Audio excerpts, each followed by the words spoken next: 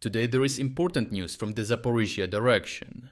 Here, Ukrainian partisan networks have stepped up high-impact sabotage deep inside Russian-controlled territory, striking command posts, depots, and elite units with ruthless precision. Using car bombs, explosions, and arson, these Ukrainian agents eliminated key Russian generals and wreaked havoc on Russia's most elite recently redeployed airborne forces. In their biggest strike, Ukrainian saboteurs set dry grass ablaze beside the headquarters of Russia's 35th Combined Arms Army. The fire and smoke quickly spread to the Russian base, filling shelters and trapping over a dozen staff officers.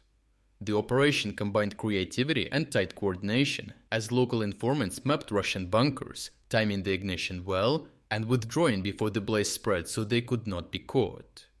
Thus, the 35th Russian army lost at least 18 of its most high-ranking officers, including 4 colonels, 6 majors, 4 captains, and 3 lieutenants responsible for the Zaporizhia offensive.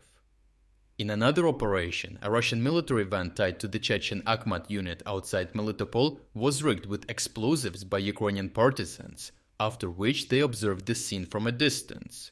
Once the enemy soldiers got in, the bomb was blown up remotely, and the partisans captured everything on video, which was later published by the Ukrainian Main Directorate of Intelligence. The blast killed 5 of Kadyrov's elite special forces, damaged an electronic warfare node, and wounded several other Russian soldiers nearby. Another video from Melitopol shows how Ukrainian partisans awaited in ambush a group of Russian Marines, arriving at a local ammunition depot likely to pick up new ammunition. However, once they arrived, Ukrainians detonated an explosive, killing at least 6 enemy soldiers, destroying the ammunition stockpile and the Russian FPV drone assembly base that it was connected to. These sabotages come considering Russia's recent rush of elite formations to the Zaporizhia region, with airborne and naval units being redeployed from other sectors of the front line, preparing for a potential new offensive. It will most likely support the existing Russian effort west of Velika Novosilka, aiming to pin down the well-fortified Ukrainian defense lines in Zaporizhia, while another grouping operational outflanks them from the east. To prevent such a possibility, the Ukrainian intelligence is risking an exposure of its underground networks by not only using them to gather information, but also for direct actions. Melitopol has become a focal point of Ukrainian partisan activity, hosting an active underground campaign deep in the enemy's logistical heartland in the south, and it is important to understand that such missions depend on dense local networks. Many partisans are residents who shelter military and intelligence operatives, provide reconnaissance and track enemy movements, while others are specialist insertion teams from Ukraine's main intelligence directorate. Operating roughly 100 kilometers from front lines, these cells rely on local shelter and resupply while feeding exact coordinates to Ukrainian long-range drone and missile crews, enabling surgical strikes that multiply a small partisan team's effect. The strategic consequences of Ukrainian guerrilla warfare go beyond battlefield fatalities. Removing senior staff officers and destroying coordination hubs erodes command continuity, forces rushed personnel reshuffles and delays operational planning. That loss of key personnel makes coordinated offensives riskier and slower, benefiting Ukrainian operations on the front line. Ukrainian partisan actions also reshape Russian operational plans, with Russian reinforcements and supply convoys becoming high-value targets, and Russian commanders forced to divert additional resources to rear area security. That dynamic complements Ukraine's conventional posture.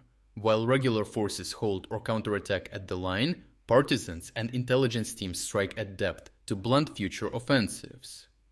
Overall, Ukraine has turned rear areas under Russian control into a contested battle space where small partisan cells inflict outsized damage. The headquarters fire and the ambushes are not isolated incidents, but elements of a campaign to preempt Russian buildup, dismantle logistics, and decapitate command echelons before offensives start. For Russian commanders, the warning is clear. Territorial control is hollow without secure rear areas. Behind enemy lines, activity is now a persistent force multiplier for Ukraine, and Russia can continue to send troops, but without secure supply lines and without local trust, its numerical advantage will be steadily eroded. To watch uncensored combat footage that we used in this report, check out our interactive news map.